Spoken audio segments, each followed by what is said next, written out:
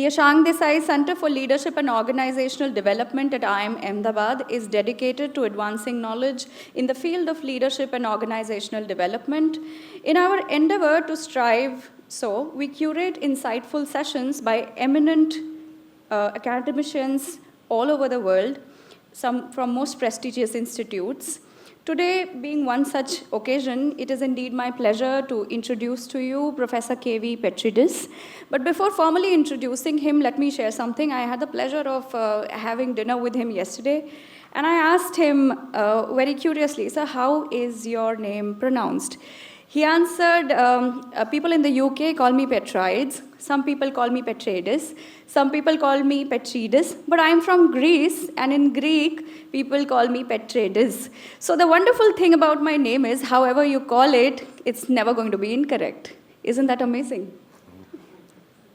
Right? So on that note, again, it is indeed my pleasure to introduce him to all of you. Professor K.V. Petrides is a global leader in psychometrics and organizational behavior, serving as a professor of psychology and psychometrics at University College London and the director of the London Psychometric Laboratory. He is the creator of the Trait Emotional Intelligence Questionnaire, a widely used psychometric tool in leadership and development, talent management, and team optimization across various sectors worldwide. With a PhD in psychology from UCL and extensive academic and professional experience, Professor Petrides is ranked among the top scholars in psychometrics and emotional intelligence. His groundbreaking work in psychometric assessment has had a significant impact in organizations globally, including multinational corporations, governments, and healthcare institutions. He is also the founder of psychobionomy, a framework integrating Eastern philosophy and Western psychology in explore consciousness and human potential. Professor Petrides is recognized for his contributions to advancing psychometrics and emotional intelligence. With over 150 peer-reviewed publications, he has been a keynote speaker and advisor globally and has worked with governments and businesses to develop customized business solutions. We welcome you, sir. It is indeed our pleasure to have you. Can I request Professor Niharika to present him with a stole and a token of appreciation? Oh my God. I hope you like whichever. Yes, wait. Come. So that they can get a nice picture of you. I hope you like this. Thank you so much. Thank you. I appreciate it. Thank you so much. Thank you. It is indeed, again, my pleasure to introduce to you another eminent personality, gentleman, but this time from the industry, Mr. Rajat Mishra. Mr. Rajat Mishra is a seasoned technocrat serving as the CEO of Strabag India since 2013. Under his leadership, Strabag has successfully executed iconic projects such as the Atal Tunnel, Atal Setu, and the East Fastag initiative. With a career spanning over 34 years across leading organizations like Siemens, EDS, and Strabag in both India and Europe, Rajat has consistently delivered projects that positively impact citizens' lives. His expertise lies in driving innovative solutions that address critical infrastructure and technological needs. Beyond his professional achievements, Rajat is deeply passionate about education. As a chairman of Manava Bharati Society, founded by Dr. Rajendra Prasad, he oversees initiatives providing quality education to over 17,000 children across India. Rajat is also an active investor in social ventures focused on educational technology. Notably, he has supported Aim to Excel, a platform designed to identify children's true strength and guide them towards suitable interests and career paths. As an alumnus of IIT Delhi, Rajat holds a BTech in electrical engineering and an MBA in international business from IIFT Delhi. We welcome you, sir.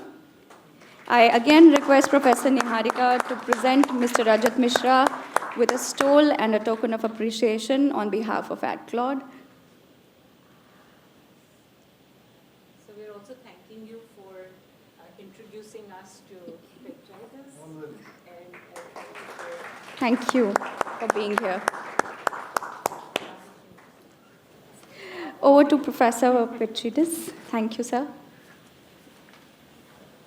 Thank you so much for this wonderful introduction and the gifts. I might have expected something like that maybe at the end if I do a good job, but I'm starting with this from now. I'm really delighted to be here. It's a great honor.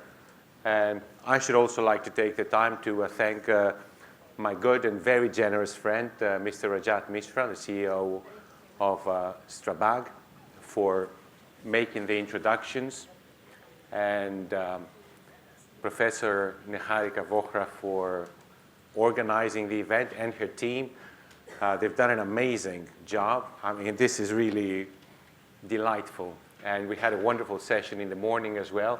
It's really, really a great honor and a great pleasure to be here with you today at the Shang Desai Center for Leadership and Organizational Development. So, yes, there's a lot of things that we can talk about. We've only got about an hour, and I would like to make the session, if it's possible, like a little bit interactive, in the sense that if you have any questions while I'm going through my slides, please feel free. Maybe just raise your hand and a microphone is going to come your way, and make it a little bit interactive, because I don't want to sit here and sort of, offload information into you, or quote unquote knowledge. I just want to have a more relaxed kind of introductory talk so we can get to know each other. A lot of the stuff that I will talk about, it's a popular, like a general audience kind of lecture. In the morning, we had a more technical lecture. There are more intermediate variations of the session. This is geared towards the general public, the intelligent general public. It's got a bit of commercials in it as well. So I would like to make this as informal as possible. If you want to ask any questions, please feel free. It's not like I want to get to the end of the slides. I probably have more slides than we have time. So let's see how far we get to. It's just a lot of the stuff that I will talk about, or the science behind the stuff that I will talk about, you can access from the scientific literature, because, all of my work is really scientifically based. Vast majority of what I will talk about today has been published. So you can get the papers, the PDFs from the peer-reviewed literature, and you can look at the methodologies, look at the statistics, look at the analysis. I'm not going to be talking about this technical stuff today. So, yes, there's no particular aim or goal that we are working towards. I'll work on the presentation, and then let's see how far we get. So the presentation is on trait emotional intelligence, which is one of the foremost models of emotional intelligence globally. It's applied across a very diverse range of scientific fields, and it's unusual in that respect, because you will probably have noticed that science is becoming, including the social sciences, is becoming over-specialized. So we tend to know more and more and more about fewer and fewer and smaller things. So it's quite unusual for a theory to span so many different scientific fields, as you will see later on. It's been around 25 years now. I think it's the 25th anniversary this year, actually. And that is a theory. The theory is operationalized, measured through the Trait Emotional Intelligence Questionnaire, which we call TEIQue. We just pronounced the consonants, so it's the TEIQue, which is one of the most widely used today personality measures in the world. It's commercially available in over 20 different languages.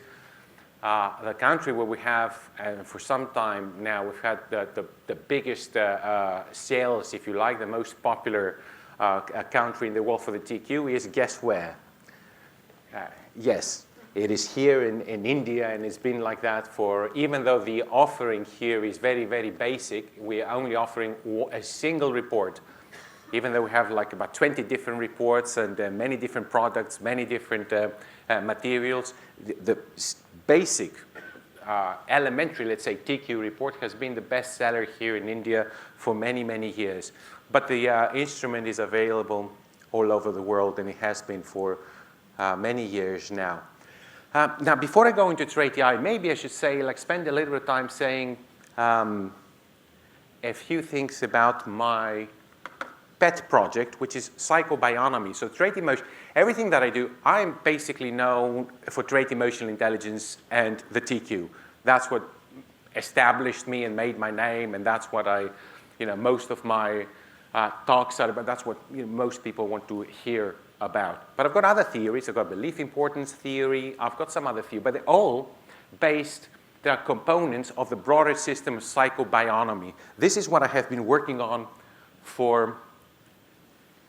Let's see if this works. Yeah, this is what I have been working on for the last maybe 12 years or more. This is really what I have been working on. I've been very blessed and lucky that the trait emotional intelligence theory in the TEIQue has been so successful, because essentially it's been financing and fueling my interest in psychobionomy, which is a more philosophical theory that doesn't really have direct applications.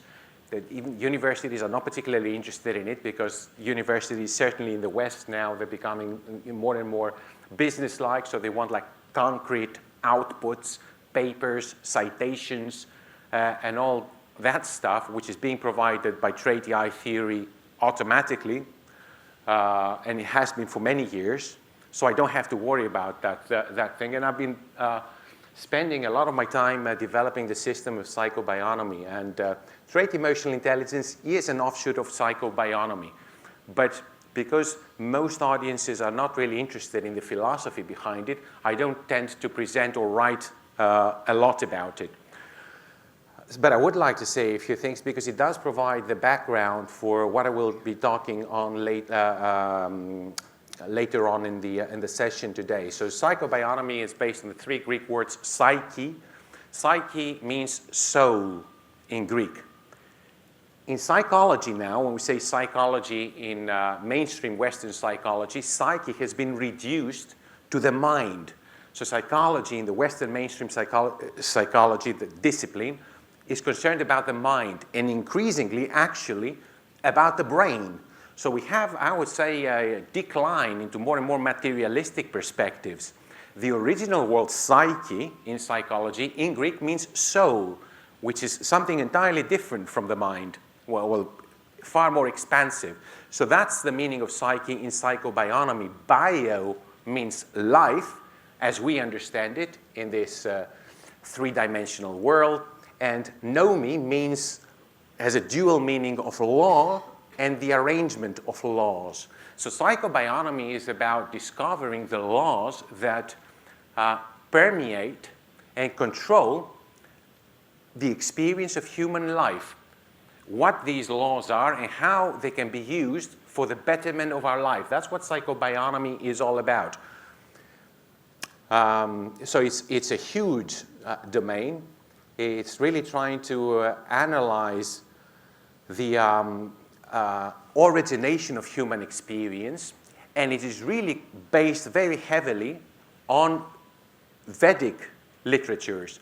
I've been studying Vedic literatures for a very long time, and when I say the study of psychobionomy, I've been studying and developing it. Mainly, it's been my interest in the Vedic sciences, and particularly Advaita Vedanta. And I'm not saying this to sound erudite or to ingratiate myself. I'm saying it because it is the truth. I have been literally more than the 12, 13, 14, 15 years of my life has really been focused on understanding the Vedic literatures.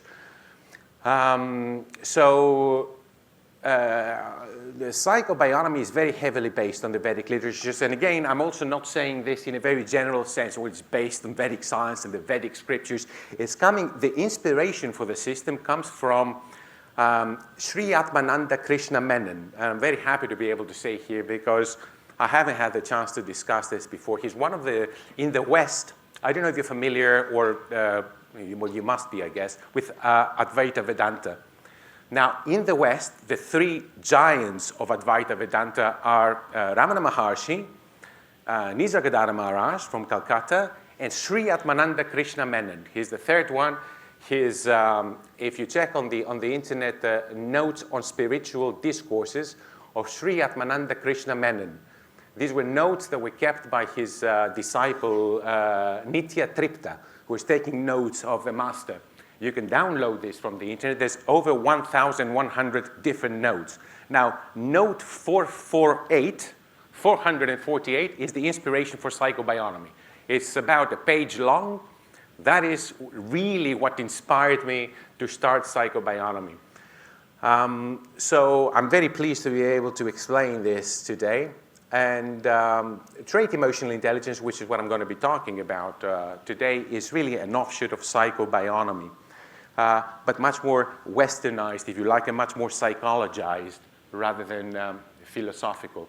So what is trait emotional intelligence? Well, it's a theory that it's a very broad theory itself, not as broad as psychobionomy, obviously, but it's a very broad theory itself. So it tries to integrate personality traits, emotions, and intelligence. That's what the theory tries to do. Trait EI is about our perceptions and beliefs about our emotional world, what we believe about our emotional world, how good we believe we are in terms of understanding our emotions, controlling our emotions, recognizing and managing our own and other people's emotions, how good we think we are in these domains. These perceptions, emotion-related perceptions, are very fundamental and vital because they have a creative influence in our life. The perceptions that we have about ourselves, about the world, and especially about our emotional abilities create situations in our life. They attract people into our life, they repulse people from our life, and same with situations and contexts. They are very, very significant in all aspects of everyday life. So that's the fundamental underlying structure of trait emotional intelligence. Now, I don't really go into these depths in the various papers and the various talks because, as I said, Western psychology is very quantitative these days. They're not really interested in the philosophical underpinnings. They're interested in data collection, data analysis, and so-called evidence, which mean numbers in the vast majority of cases. So the field, really, trait emotional intelligence, it is an established field in the scientific domain, is really based on quantitative applications, which can be quite interesting. There's no doubt about that. But I have found over the years, having worked in the area, started the area like 25 years ago, that it can only go so far, that it's not really possible to go deep into the individual psyche, deep into the real problems of life, without becoming more philosophical, for which there is no time in academic settings, in the West at least, these days. They want the product outputs of papers showing numbers and how these numbers relate to other numbers. And there's something to be said about that. I'm not knocking it, but it doesn't allow you to go deep into the substance, the essence of the human being, the essence of the human predicament. Having said that, this is the literature, what it looks like today.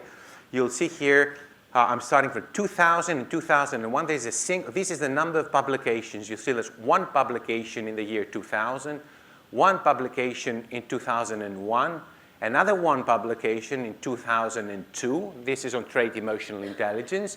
And then you can see what's happening afterwards. Now I think we're coming to a point where there is about 100 scientific papers every year published on trait emotional intelligence. That's probably an underestimate because these numbers that you see there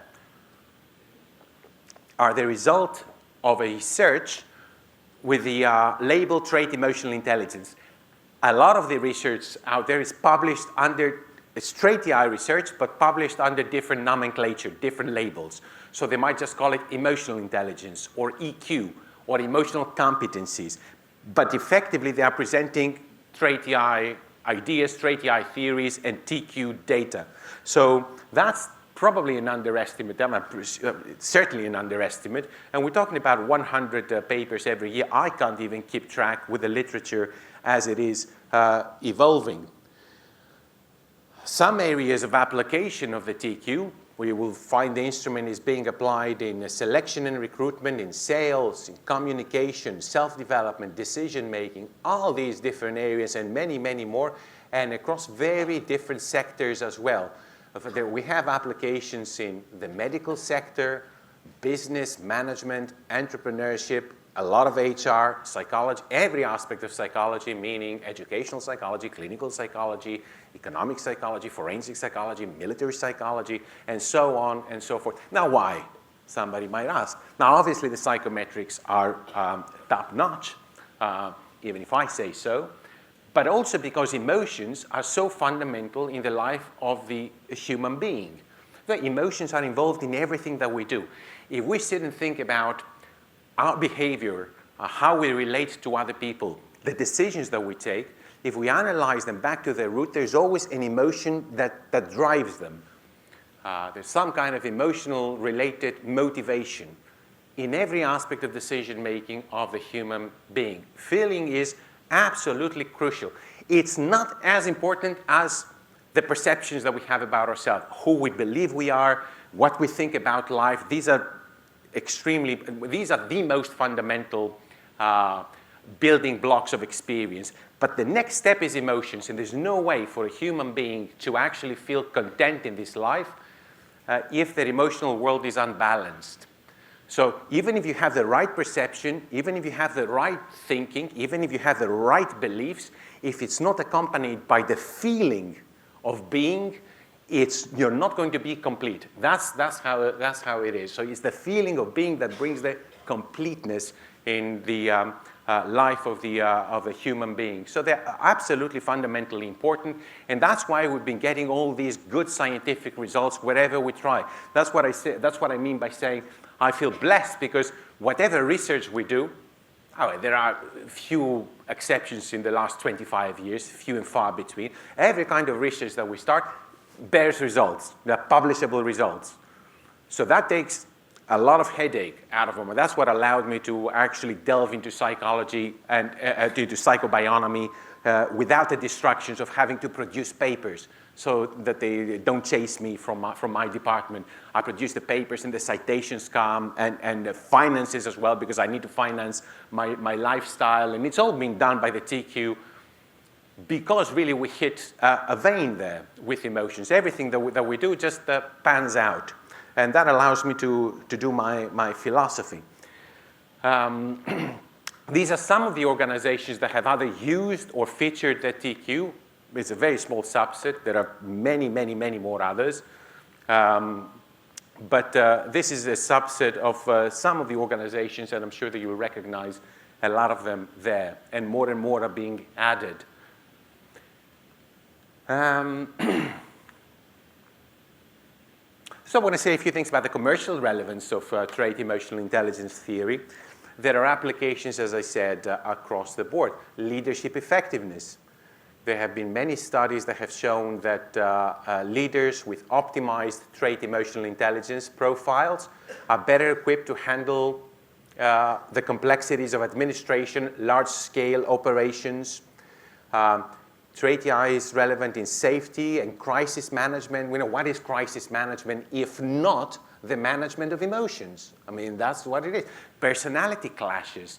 Those of you who are in the world of work, as it were, you will know, and you probably agree. I think if you disagree, please raise your hand, and I'm very happy for any contrary opinions to discuss them. But when we have clashes in the world of work, what is the subject matter of these clashes? In the vast majority of cases, they're personality clashes. We don't really have protracted arguments with our colleagues because of technical specifications or logistical details. Those protracted clashes that we have with colleagues are all personality, emotionally driven. So emotions can make or break groups, and teamwork, of course, can make or break departments and organizations, employee relations. All that stuff is emotionally driven. And there are many, many companies that are using emotional intelligence tools and emotional intelligence methodologies, and I've got some examples here. There's studies. Some companies have even allowed research to take place in their premises. That's not the case in most in most of our applications. We are not really allowed to present the data elsewhere. In many of our applications, we're not even allowed to say that the instrument is being used by this organization or that organization. They just don't want for. But there are some organizations that have stepped forward and they've allowed research, and they've allowed other colleagues to present their findings. L'Oreal here has found increases in sales productivity through the use of what they call EQ competencies. employee selection in the US Air Force. There's a lot of defense usage of trait EI and the TEIQue and EI materials more generally. And of course, that this is from the Indian press.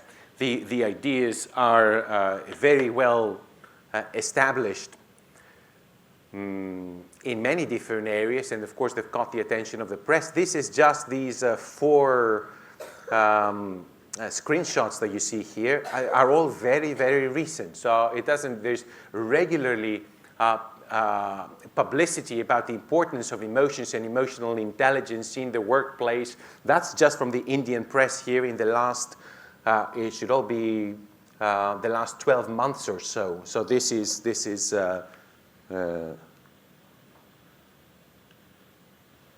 one is March 2024. This one is Maharashtra elections, I think is sometime in the summer, it would be 2024. Managers low emotional intelligence. Man explains why he quit Netflix for Amazon. That is July 2024. Emotional intelligence is necessary for you in any field. Here is why. That's November 2024. So there is a lot of interest in a subject that even common sense tells us is important.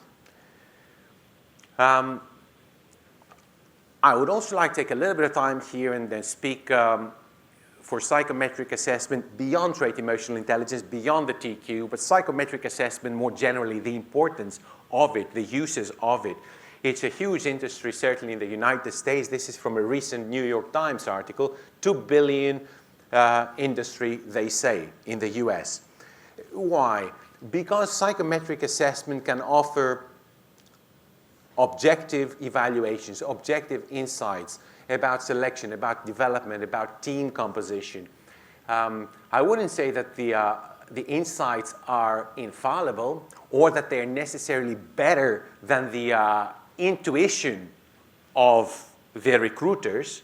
There are recruiters who have this dimension of intuitiveness, the gut feeling, very, very highly developed. Okay, but they are far and few in between, right?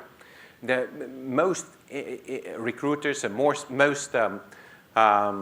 selectors, employers will benefit from the usage of psychometric assessments because it gives you a holistic idea about a candidate. And they're also very good value for money. I mean, if you think how much money is being spent to hire somebody, train somebody, get somebody onboarding, as it's called, and then 1 year down the line, you don't want to see them anymore, or they don't want to see you, or they go someplace else. That's a lot of wasted money. And the psychometric assessment is typically very, very affordable.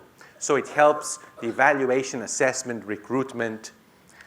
The best tests anyway, of course there's substandard assessments, substandard evaluations out there, but we are talking about the best assessments. Here's another article from, looks like New York, it is New York, no, that's Times of London maybe.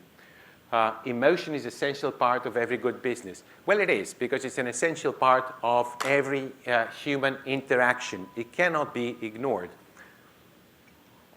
There are many more case examples. Here's another one that you can find from the website. This website, 6seconds.org, has many, ORG, has many EI cases.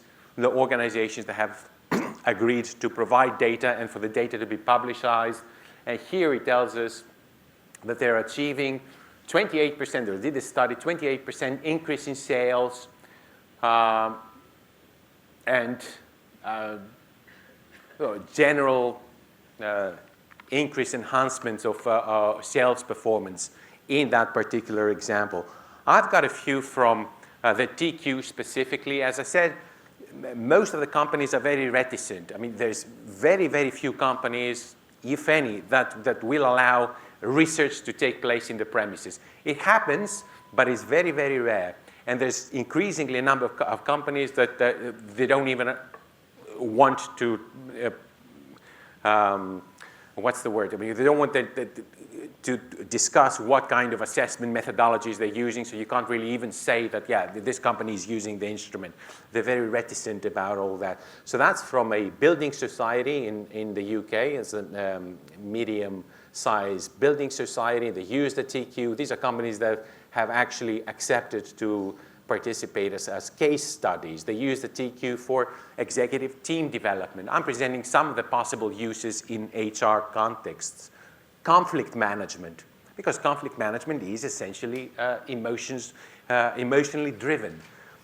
Professional development, relationship building. These are some of the objectives, some of the processes that they deployed the TEIQue for, and they've achieved improved working relationships, enhanced customer interactions, better retention rates. These test cases, along with the bibliography of the TEIQue. The TEIQue now has a bibliography of hundreds and hundreds and hundreds of studies. I don't know, I can't keep track anymore, but you can download them from my website. I will give you the link shortly, I think.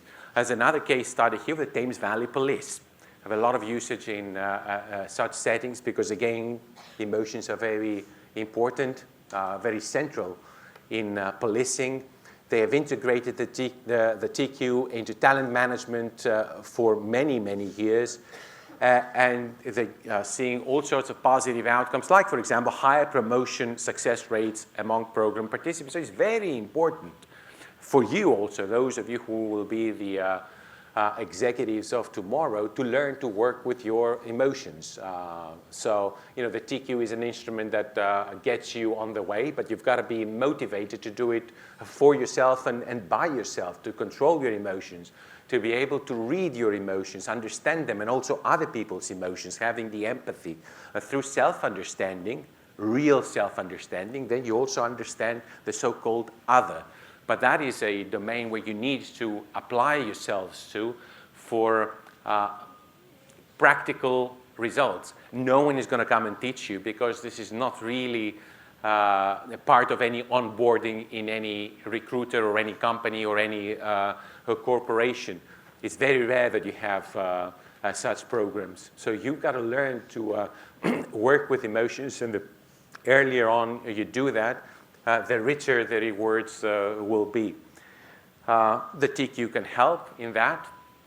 It's not necessary. There are other ways as well. And if you are sincere and earnest in your interest to do that, then all the right materials and all the right opportunities and all the right people will come to you. Here's another case study. I was personally involved in this. I don't do a lot of coaching or consulting. That was an exception. It's a huge Greek company, Metal Energy and Metals. I was personally involved in training all their directors internationally. That was a couple of years ago when we did the TEIQue testing and a lot of training on the TEIQue components, on emotionality, sociability, well-being, self-control. And we had like 20 hours of live lectures with these very high-level directors. And then we also had a lot of time with middle management as well. So the entire company underwent TEIQue training that I had the opportunity to deliver in this case. So this is the slide that I was talking about. If you want to know about the bibliography and the case studies, I mentioned a few case studies, bibliography, you can download it from that link. And otherwise, that's our research website link. If you're interested in the research and checking out all the studies with the nitty-gritty and the details and the statistical analysis, also downloading the instrument has always been, for 25 years now, the instrument has been freely available for research purposes. So, well, free at the point of use. So we've been supporting this for 25 years. I don't know how many PhD theses, how many BSc theses. I met one of your colleagues here a few days ago. She said, well, I used the instrument 5 years ago, or some other university in India. And we have supported thousands and thousands of these studies. And still today, to this day, you can go and download the instrument and use it for scientific research purposes free of charge. All the information is there. TEIQue.com is our commercial site. I'll say a few things about that if I have the time. and that's my personal LinkedIn address. Very welcome to connect. I don't run my LinkedIn account myself, but we update regularly, and if you want to connect, I'll be very happy to do that. So continuing on, I'm getting a little more details now about what trait TI, the factor structure of trait emotional intelligence, what it comprises. How much time do I have? Can somebody give me like a 10-minute warning? Yes, just because I lost track of time. I'm having fun here, so as I said, I'm very grateful to be here today. So this is the factor structure of trait emotional intelligence. It comprises 15 facets. These are narrow, specific facets that comprise the trait TI sampling domain. That is the technical term for these facets here. And these can be grouped into 4 main factors. We gave this session today, those of you who were there, on factor analysis. That's another application of factor analysis. So you factor analyze the 15 TEIQue scales, and you get those 4 factors: well-being, self-control, emotionality, sociability. And we have 2 facets that are independent. In other words, they feed into global trait TI directly without going through any of the 4 factors. But most of the facets feed into global trait TI through the 4 factors: well-being, self-control, emotionality, and sociability. That's another way of looking at the TEIQue factor structure. That's a circumplex view. You can see here, these are, you have the TEIQue facets on the wheel, and outside you have the 4 factors. So sociability is these 3 facets, emotionality, these 4 facets, that's self-control, that's well-being, and these are some of the countries in which we have replicated this factor structure. So everything that I talk about today, I'm not presenting any statistics, as I said. I've tried to minimize the technical language, but it's all based on scientific analysis. There's tons of data that we have on the TEIQue, and even more out there in the world. So these are some of the countries where we have replicated the factor structure of the instrument. So I did mention from the beginning that trait TI is about perceptions. Perceptions are so important in life. As I said, they are important because they have a creative influence. See what happens to you in life. The situations you encounter, the things and the individuals who come your way, they're all attracted by your underlying perceptions. Now, the difficulty is that some of those perceptions are known to us. In other words, we know who we think we are, we know what we believe about the world, but there's a lot of our perceptions that are actually buried in the subconscious mind. And from there they operate, and they wreak havoc in the personality, and they attract things that we don't want to be associated with. These perceptions are far more important than any so-called ability that you might have. Your perceptions, I say, are your abilities. What you believe about yourself is your ability. And they're really, really fundamental. Now, some people hear this and they say, well, I don't think so. It's much more important to get like a degree. Of course it's important to get a degree. Of course it's important to get educated. Of course it's important to pick up technical knowledge. But you got to know that if your perceptions are limited, if your perceptions are curtailed, then there's going to be a ceiling that you're going to hit. Some people hit it earlier than others. The perceptions need to be brought from the subconscious mind to the conscious mind. They're going to be worked on, and that's what's going to unlock new vistas. If you don't look at these things, if you're not interested, then simply you're going to find out at some point, it's inevitable, that no matter what technical skills you have, no matter what understanding you have, you will always be hitting a ceiling, because life is calling you to do something else. Yes, with a TEIQue, high scores are not necessarily good, and low scores are not necessarily bad, right? So a high score could be good for some things, and a low trait TI score could be good for other things. Say, for example, if I have a high score on assertiveness, that can be good in business sometimes, depending on what kind of business we're talking about. Like assertiveness is good for leadership, generally speaking, but it may not be so good for family life.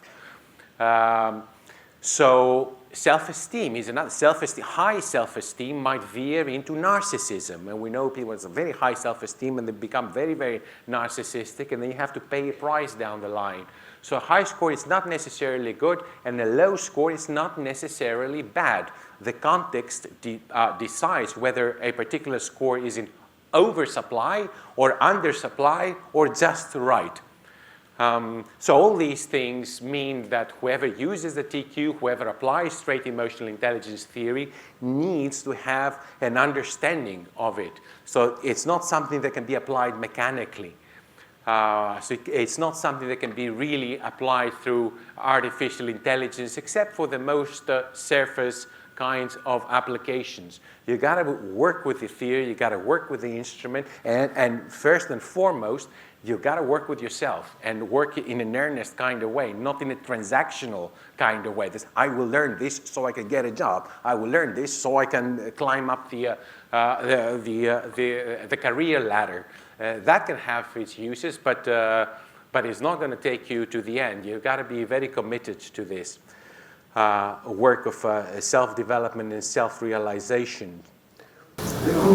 Yes. I am not sure if I really understand what you mean by trait EI is about perceptions and not about abilities.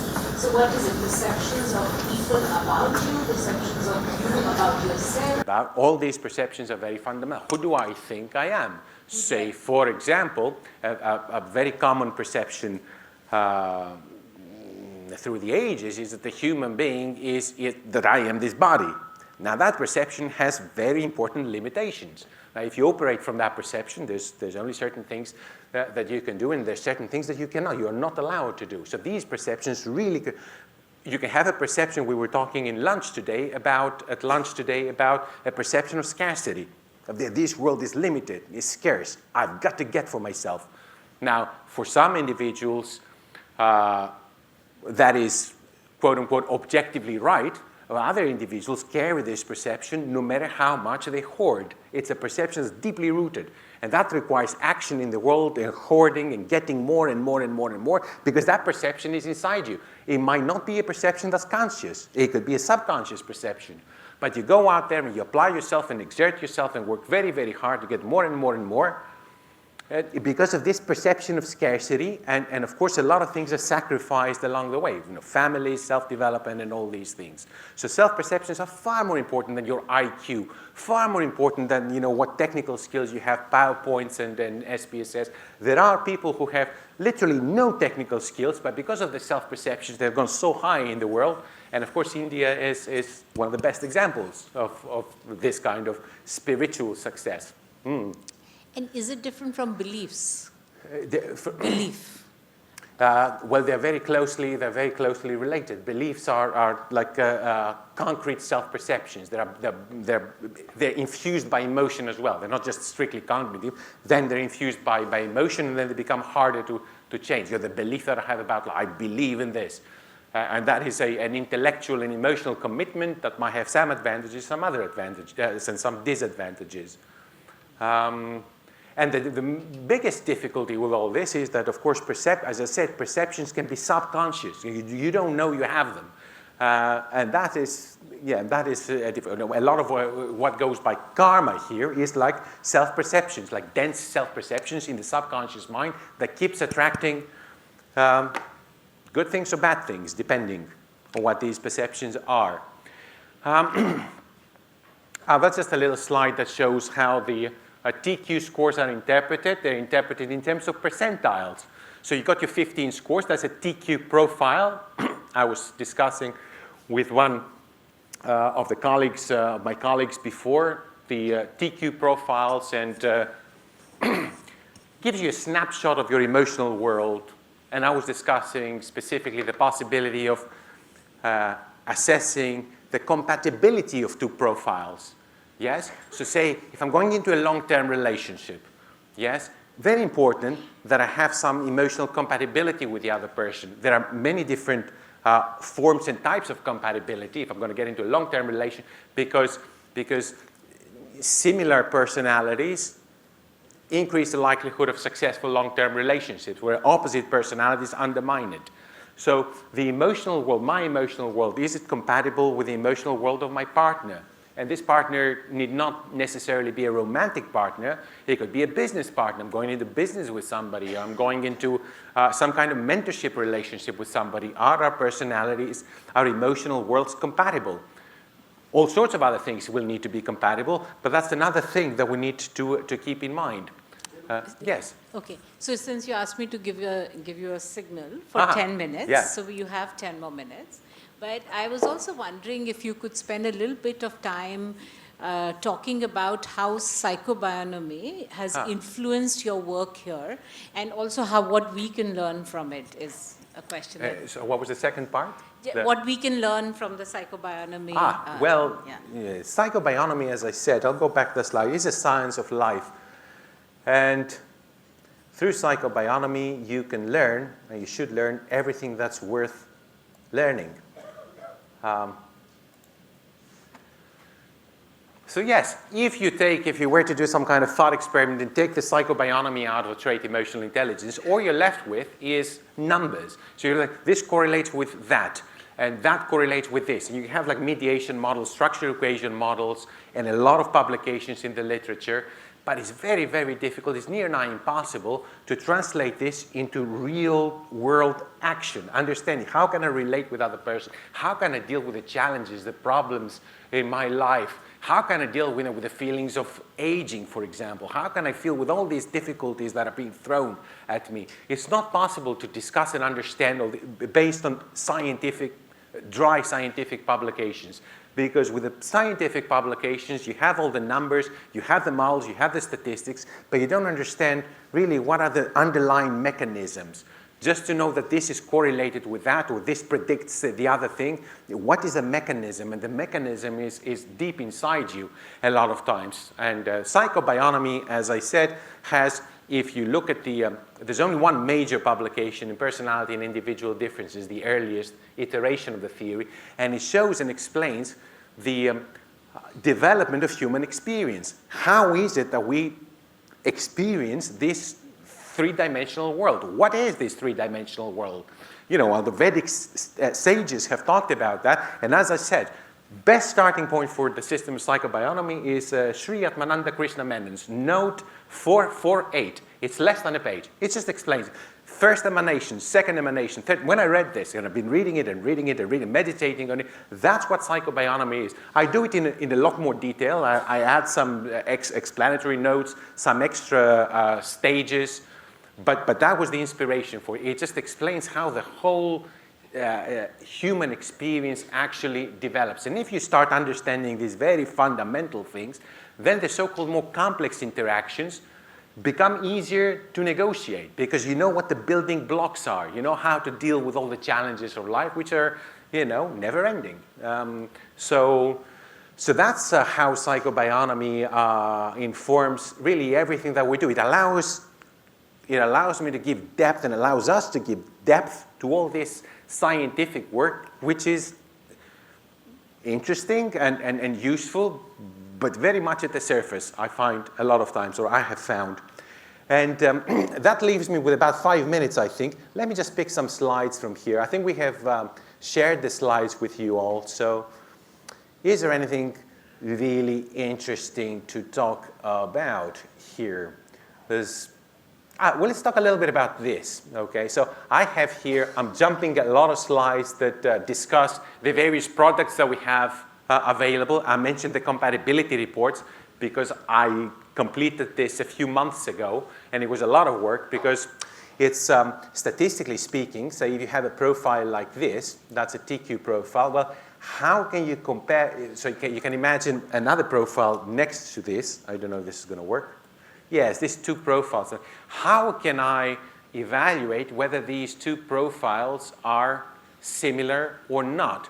It appears to be an easy problem, but statistically, mathematically, it isn't. So it took me a lot of time to come up with some satisfactory answer. But the idea is that if you have these two profiles, say potential husband and wife, entrepreneurs going into business together, mentor and mentee, or physician and client into some kind of long-term relationship, are they emotionally compatible? It's a very important question. I'm not going to say it's the most important question. You're going to go into some long-term relationship, things like, religion, age, all these things. But these are easy to evaluate. Are our ages compatible? Yeah. Are our religions compatible? Are our values compatible? Is our financial state compatible? These are not difficult to evaluate. But is our emotional worlds compatible? That's harder. But it's no less important for that. So yes, let's just wrap it up with, let's say a few things. Got about 5 minutes. Let's say a few things about AI because it's very much in vogue. Shall I do AI or shall I do... I'll do a little bit of AI and then one final slide and we close. So yes, AI applications. Yes, AI is very important. There's no doubt about that. It facilitates a lot of things like data collection and analysis, and you can have AI-driven platforms where you put the TEIQue scores in there. Yes, so you get the TEIQue provides 20 different scores. You can shove them into the algorithms along with a lot of other things, and then it predicts a lot of things, and it does. Yes, so that's an AI application, but it doesn't really help understanding there. So this is like blind prediction. But it's useful for a lot of applications. They like that. They just don't want to think. In many cases, they don't want to apply themselves to thinking. So you can put the numbers in there, and then AI provides answers. It's like a bit of a black box, but many people are okay with that. I'd like to say things about limits of AI. Yeah. Or you can check your slides for that. I don't want to outstay your welcome, as it were. And there are a lot of things that we need to be... Well, number one thing, of course, as I said in the morning, is that AI has built-in obsolescence. It's built into the system. It only relies on data from the past. So the past, and then it looks for patterns from data from the past. But life is always fresh, right? Human being is always fresh, always new, always unfolding. And it's unfolding in very unpredictable ways. Even if you make the human being entirely robotic and entirely mechanical, which is happening a lot over the world, certainly in Western countries, even then there are possibilities for black swan events in the environment and the human being itself. And AI is never going to be able to cope with that because it's got built-in obsolescence. Just like the mind, as Jiddu Krishnamurti used to say, the mind has built-in obsolescence. The knowledge, when it comes into your consciousness, knowledge, information is already old. So you have to go beyond the mind. And what is AI but enhanced mind, enhanced past? So it's got its uses, but it's got its limitations as well. And with that, that's my final slide. I think I'm being a little too greedy here, but I would say so many opportunities for what I would call Vedic psychometrics. So getting all these Vedic ideas, gunas inventory, right? Sattva guna, Raja guna, and Tamo guna. How important would that be in the explanation of human importance to build an inventory that does that? And then, of course, it has to be westernized because, for obvious reasons. But just to take all the richness, all the wealth of the Vedic literature, the Vedic psychology, Vedic sciences, and actually bring those into the Western market. And how much deeper we could actually go. Like the gunas inventory, I think, that's like a straightforward psychometric job. It's not difficult. Then you can go into deeper things like the assessment of dharma. Do you have clarity of life purpose, ethical alignment, all these things? That's a little bit more difficult to do. Samskaras, habitual response. You can actually build, it is possible to build imperfect measurements of all these Vedic concepts, of all these Vedic constructs. And that's a job for basic research for the future. I'm sure it's going to be happening. Maybe not under the Vedic nomenclature, maybe not under the Vedic Hindu labels and words, but I'm sure it's going to be happening one way or another. If it hasn't already, I'd be surprised if there isn't a a Guna's measure out there. There must be. And if it's not, then there is. Yes, we can do a better one always. So, with that, I would like to thank you once again. It's a tremendous honor and pleasure to be here. You're very kind, sir. Thank you. Thank you for your time. Thank you for the invitation, for everything. You can take 5 minutes for questions. If you have the time, I'd love to. Professor Petrides, sir, I have a very kindergarten kind of a question. Let me take you back to the main topic that we had, emotional intelligence. I have just one question for you, sir. How do you recognize and manage your own emotions, and what strategy do you use to manage them? Well, if you're talking about me personally, I've been into meditation, and as I said, like the Vedic literatures for way too long now, more years than I can remember. And this is really what opened up all the vistas for this research. I mean, this research is not, it's not possible to go to these depths unless you discover these possibilities within yourself. By discovering these possibilities are there in everyone. And as you discover them, then you apply them. I happen to be an academic doing psychometrics as I was discovering this, and then of course my psychometrics was boosted and was like completely transformed. You might be an entrepreneur. You know, your entrepreneurship is going to be completely transformed. It's like it's a different, you're going to have a different life, new lifestyle, new vocabulary, new friends, new everything. No matter what you might be an HR manager or your CEO, whatever it is, when you get in touch with these possibilities inside you, then you're just going to have an entirely new life, entirely new possibilities. Now, the TEIQue and TEIQue theory and psychobionomy they have their uses, and they can get you started on this journey. And that's the whole point.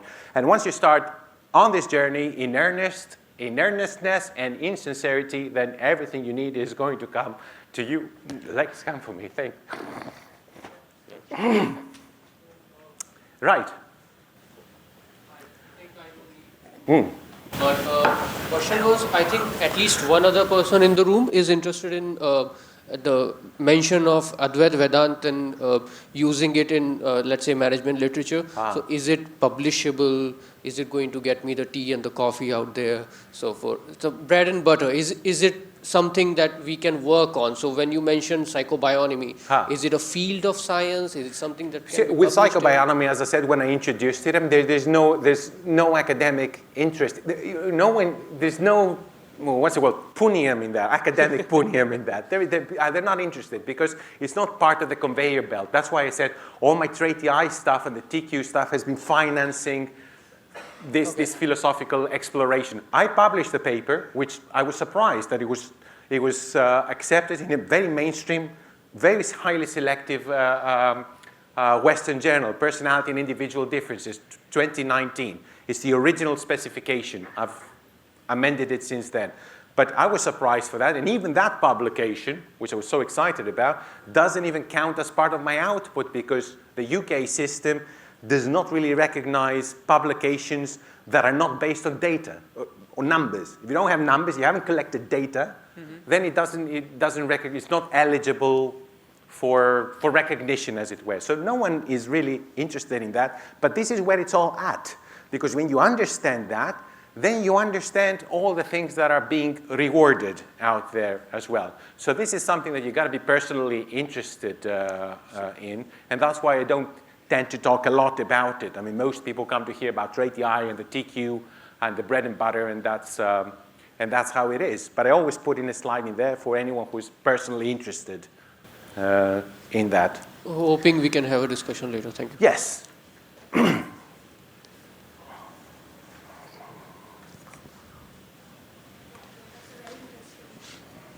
Interesting presentation.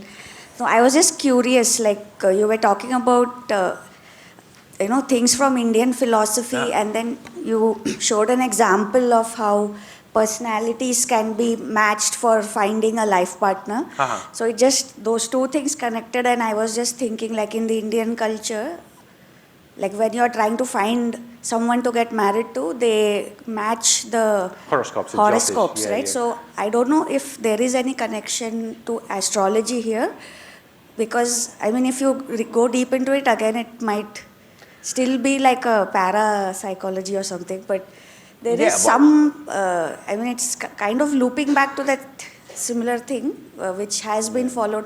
I mean, if you get into astrology, then even things like gunas, and you have your Ayurvedic 3 types of body, like Vat, Pitta, Kapha, and so, Yeah. like they're all kind of interconnected. Maybe Indian astrology literature could help if you are kind of trying to find out, you know, the compatibility between 2 personalities. I don't know if, I mean, it's not Yeah. scientific, but Yes, this we're is not just we're something not that's- allowed to, as you know, you're not allowed to Yeah. come out and say these things because they're Yeah. completely unacceptable.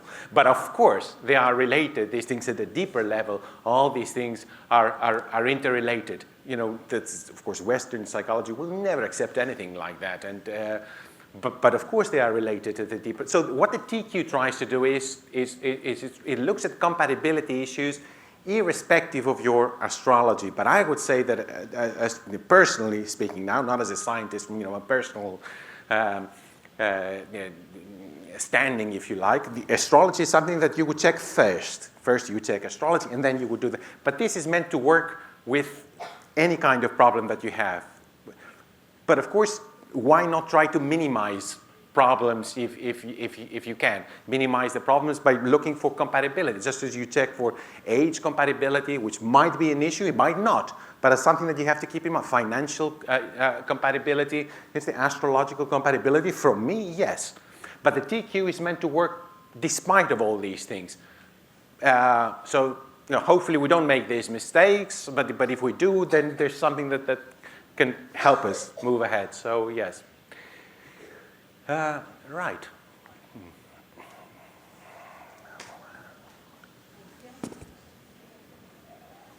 Last question. We'll take the last question. Yes, thank you. Hi. Nice presentation again. It's a topic I'd never heard of, so it's pretty nice to hear about it. There's a sizable audience of defense officers here. We would like to know, like, how you use the TEIQue in the US Air Force. What is the use case? How is it used? So the US Air Force case that I mentioned before is not a TEIQue application. It is a, let's go back to that. I think I've got the, so this is an example of, we do have usage in defense industries, but I'm not allowed to present data, and then, you know, what is the point? You know, so they're very, so this, well, it's here.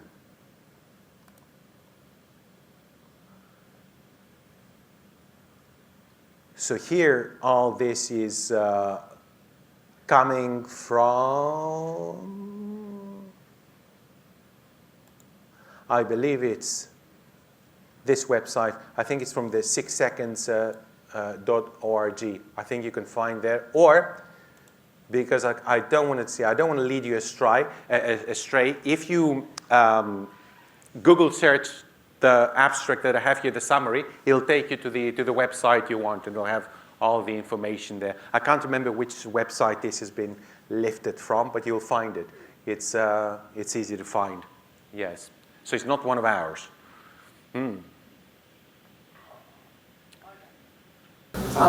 On the perceptions thing, I mean, you said that it cannot be quantified in a way that IQ or, let's say, a competency in, let's say, CFA in financial domain could be. But let's say you want to make yourself better. So whatever applications of EQ and interventions are done, they are done at the corporate level. But right now, people who are involved in them are jumping from one company to another company.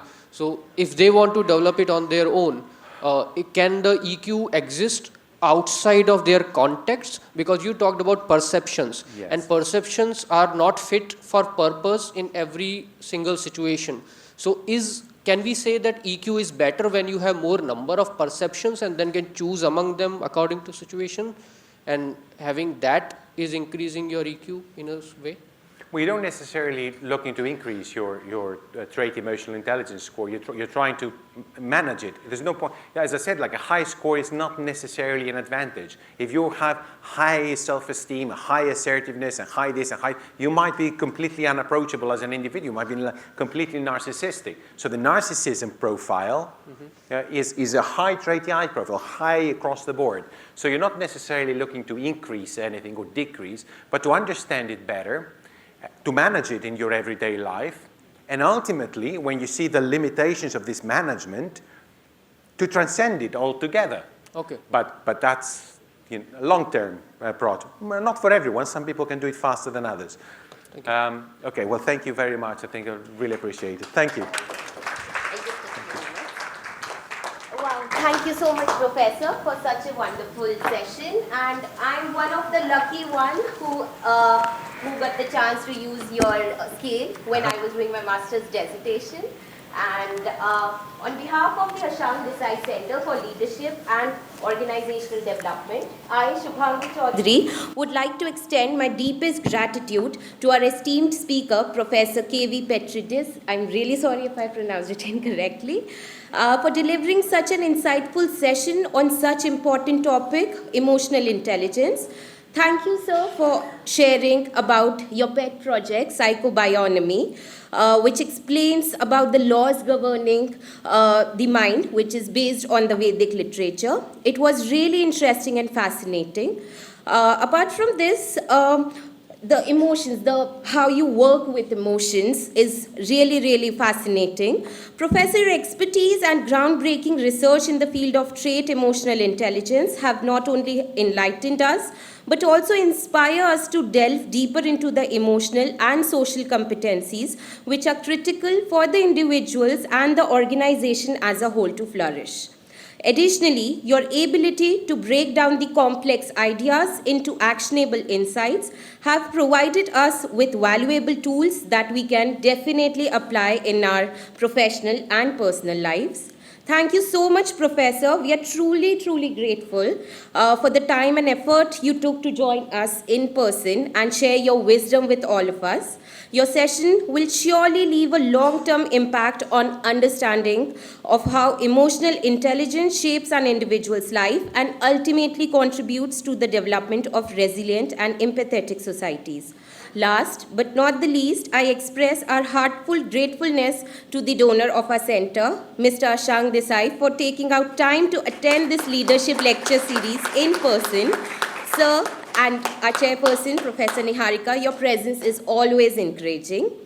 I would like to also thank our faculties, students, researchers who took time, especially industry and government practitioners who are also present over here, who came and actively participated in our session to make this a very big achievement. Thank you. Thank you so much. And we look forward to see you all in our upcoming events as well. Thank you so much. Thank you, Professor. Thank you so much to our AV team, security, and each and every one that was present to make this a very seamless experience. Thank you so much. And also to our ADCLOD team, I would like to thank. Yeah. Thank you.